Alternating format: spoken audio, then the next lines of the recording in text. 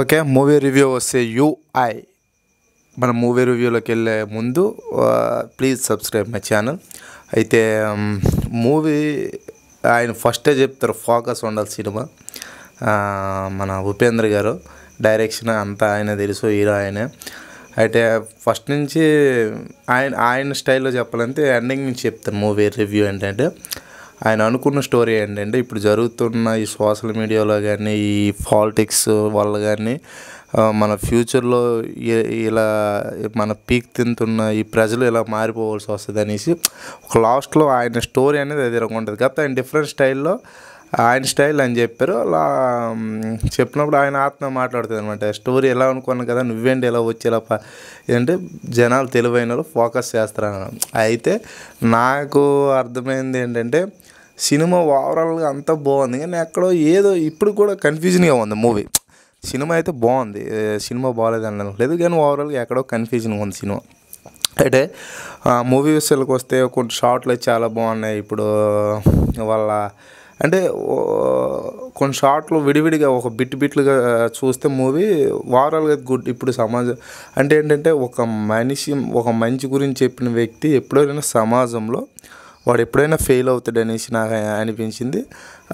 లేదు రూల్ చేస్తామని చెప్తే ప్రజలు నమ్ముతారు అనే ఒక చిన్న కాన్సెప్ట్ అని నాకు అనిపించింది. మరి అది అయింది ఇంటెలిజెంట్ పీపుల్స్ ఫస్టే ఫోకస్ చేయాలంటారు.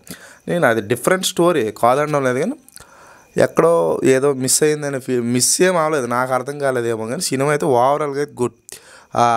ఆ ముద్ర సీన్ ఉంటుంది కదా ట్రైలర్లో చూపించింది, కులముద్ర ఏదో అదే సినిమా ఉంటుంది. అయితే రెండు పాత్రలు ఉంటాయి.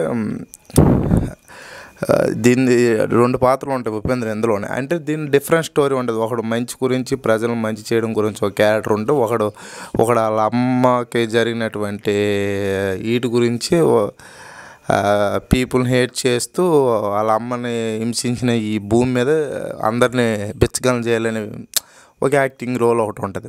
అయితే ఓవరాల్గా ఒక కైండ్ ఆఫ్ స్టోరీ చూసుకుంటే ఇప్పుడు భూమాత వాళ్ళ అమ్మ స్టోరీని ఎలా చూపించాడంటే ఒక కైండ్ ఆఫ్ ఒక బిట్లో, అంటే భూమాతకి మనం ఇప్పుడు మైనింగ్ చేసి కానీ ఈ ప్రకృతిని కానీ లేకుంటే ఇవన్నీ చేసి మనం రేప్ చేస్తాం మన భూమిని, అదే మన భూదేవతలు మనమే అనే ఒక చిన్న కాన్సెప్ట్ లాగా అనిపించింది.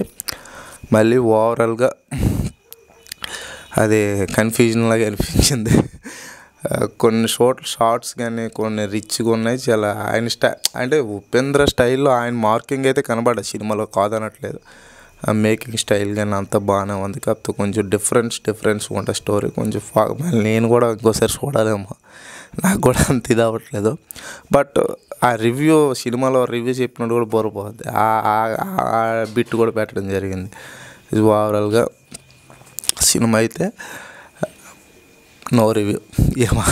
అంటే సినిమా చూడవచ్చు, ఇంకొకసారి చూసి అప్పుడు మళ్ళీ రివ్యూ చెప్పచ్చు. ఓవరాల్గా అయితే సినిమా అయితే నాకు అనిపించింది ఏంటంటే టూ గుడ్. ఎక్కడో ఆయన మార్క్ కనిపించింది, కానీ మరి ఆయన సినిమాలు వెంటనే ఎక్కువ మన బుర్రకి అందరికీ తెలిసిందేనే. ఏమో ముందు ఇంకేదో మనకి ఇంకొకసారి చూసి మళ్ళీ ఫోకస్ ఆయన స్టోరీ లైన్ అంతా చెప్పడం బాగుంది. జనాలు తెలివైన ఫోకస్ చేస్తే అర్థమవుద్ది అని అంటారు. అది ఒకటే కొంచెం మళ్ళీ ఒకసారి ఫోకస్ చేయాలేమో. ఓవరాల్గా అయితే ఉపేంద్ర స్టైల్ అయితే కనిపించింది. ఆయన అనుకున్న రీతిలో అయితే సినిమా తీశారు. ఎవరైనా కంపల్సరీ సినిమా వాచ్ చేయాలి.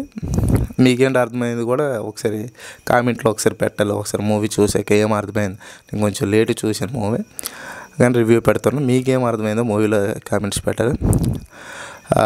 ఓవరాల్గా అయితే ఉపేంద్ర మార్క్ ఉంది మూవీలో.